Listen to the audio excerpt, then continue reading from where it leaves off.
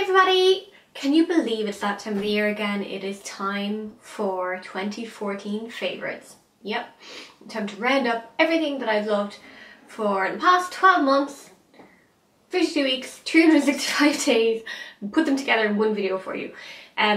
So 2014 was a good year for me, lots of exciting things happened, and 2015 is hopefully going to be an even bigger year for me. So let's start it off with a roundup of everything from last year.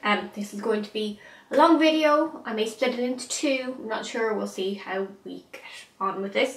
So yeah, without further ado, I'm going to get stuck in. First, I think we'll start with skincare, and my first skincare favourite of 2014 is this L'Oreal Skin Perfection Miracle Cleansing Oil.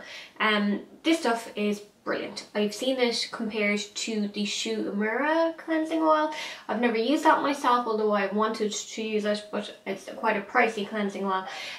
But the basis behind this is it is a mineral oil based cleansing oil. So if you're sensitive to mineral oil, or you know your ethical sensibility doesn't like you using products that contain mineral oil, that's fine.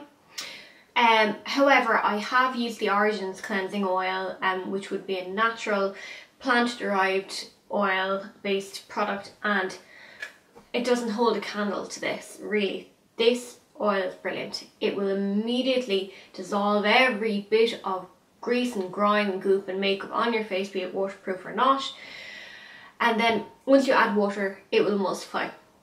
So you can be wearing the thickest sludge of all of your life, and this will remove it without you having to rub and tug and faff about with separate eye makeup removers and all of this.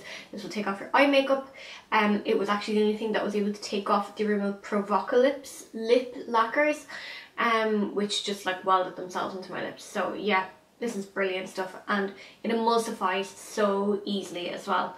I have oily skin, and it works absolutely fine for me. In fact, when I use this, my skin, if I overdo it, can feel a little bit dry. So you needn't be afraid of using this if you have oily skin. It's not going to cause any issues with clogged pores or anything like that, because it emulsifies and it rinses clean, and it just leaves your skin so clean. It really removes all your makeup. And it gives you that base then to do, say, another cleanse, do a double cleanse. So your first cleanse with that would be to remove your makeup, and then you can do a proper skin cleanse with something like a chemical exfoliant. And this is what I'm going to move on to. So second favourite of 2014 is the Neostrata Foaming Glycolic Wash. Now, this is quite a strong product, I have to say, to start off with. So this contains quite a strong, so they would say 20 bionic AHA. If you have sensitive skin, do try it, but maybe use it every other day just to see how your skin gets on with it, because I know Ashing, Total Makeup Addict, tried this on my recommendation and she used it. As per the instructions on the back, it said you can use it twice a day. She started off using it twice a day and her skin reacted to it. So, you know, maybe use it every other day, see how your skin is getting on, and gauge it, because it is a strong product. But oh my god, if you're having skin problems, this will revolutionize your skin. It will completely strip away all of the dead skin cells. It will brighten your face if your skin tends to be dull. If your skin tends to be acne prone, it will lift off all of the dead skin. It will reveal your pores beneath, and it will allow the oil to actually come to the surface rather than getting clogged inside in your pores, causing spots and blackheads and nasty inflammation. And it will just keep your skin clear so that your oil can keep coming through and not get clogged and not cause acne and cysts. So yeah, this stuff is brilliant, whether you have dull skin or whether you have acne prone skin, dry skin, oily skin. Just use it in moderation and see how your skin fares with it. Personally, I can use it once or twice a day, but my skin is quite tolerant of chemical exfoliants. So see how you get on with it, but you know, I guarantee you it's brilliant. It will work for you. Actually, if you tend to suffer from backne, so acne on your back, this stuff will clear it up like that. Then to go with that, because that's quite a strong active product, I have been using a very sensitive moisturising range to go with that. So I've been using the Ziaja sensitive skincare range, and these products are brilliant. They're very, very cheap when you look at them compared to even your standard chemist products from the likes of L'Oreal and Garnier. I think they're like about €5 each. The daytime sensitive moisturiser has SPF 20, which is brilliant if you tend to forget to apply your SPF, look for a moisturiser which has SPF in it, and SPF 20 is fine really for the winter. So the basis behind these is that they're just gentle. They have no perfumes, they have no parabens, they have no silicones, no mineral oil. They're basically just lovely, soothing, moisturizing agents. That's all they are really. They're just really, really gentle moisturizers. They're not going to irritate your skin. They're just going to moisturize, and really that's all you want if you're using strong actives in the forms of serums and say, as Caroline Hearns would say, acid toners. You don't want to be messing and putting lots of, say, plant actives or other actives on your skin and your moisturizer. So if you're using like a moisturizer from Lush or an organic natural moisturizer, if you're using the likes of chemical exfoliants, it's just a recipe for irritation if you use a very active moisturizer after you do that. So, you know, just don't do it. Go for something, go all out when it comes to your treatment products. So when it comes to your acid toners or your serums, go all out with those, and then rein it back in when it comes to your moisturizer. Just use something really gentle, a gentle formulation with no perfume, with no irritants, and just to put the moisture and the oils back into your skin again after using your harsh treatment product. Okay, next let's talk about makeup products, and my first product that I'm going to mention of my favourite of 2014 is a primer, and it is the Youngblood. This is the mineral primer. Now, say it's a mineral primer, but it's mainly silicone based. So bear that in mind if you tend to be sensitive to silicone. It's similar in formulation to the likes of the Smashbox Photo Finish primer, but I find it's a lot lighter.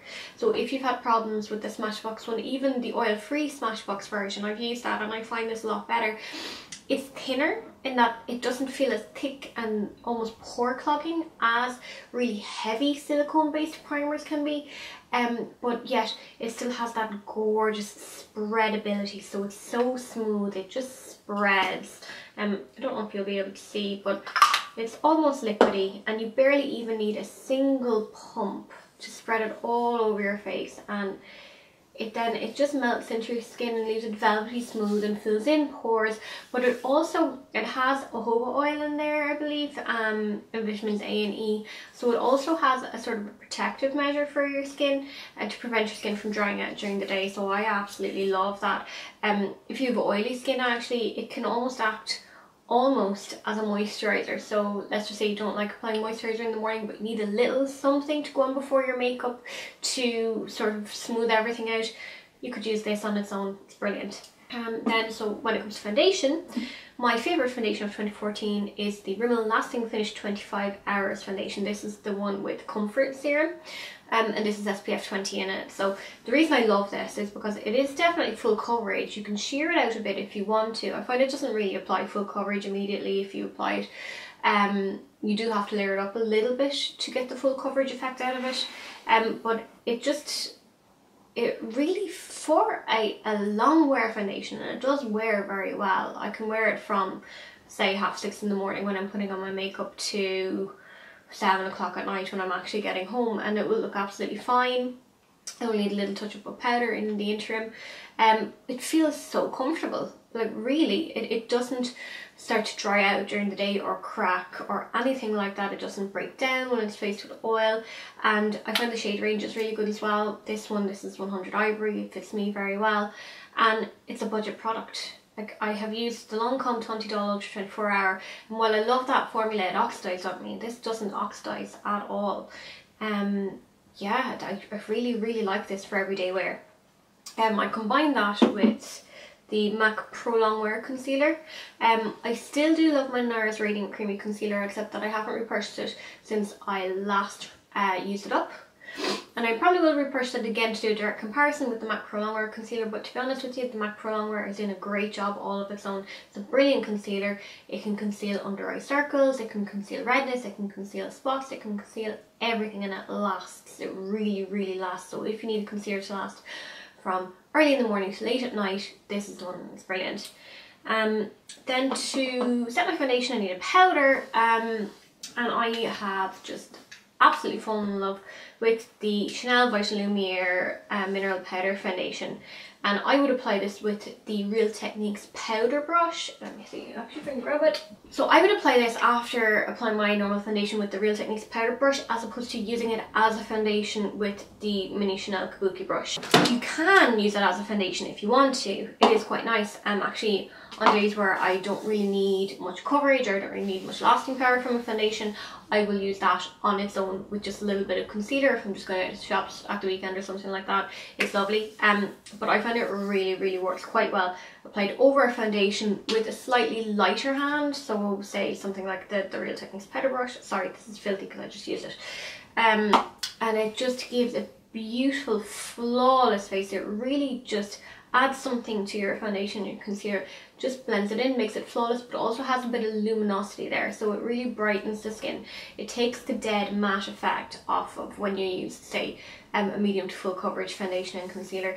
It just lifts, it brings that bit of light back to your skin, but it also locks your foundation and concealer in place, and it adds a little bit more coverage if you need that little bit more coverage, and you can be more heavy-handed with it in areas where you need to. So yeah, absolutely love that. It is a beautiful powder.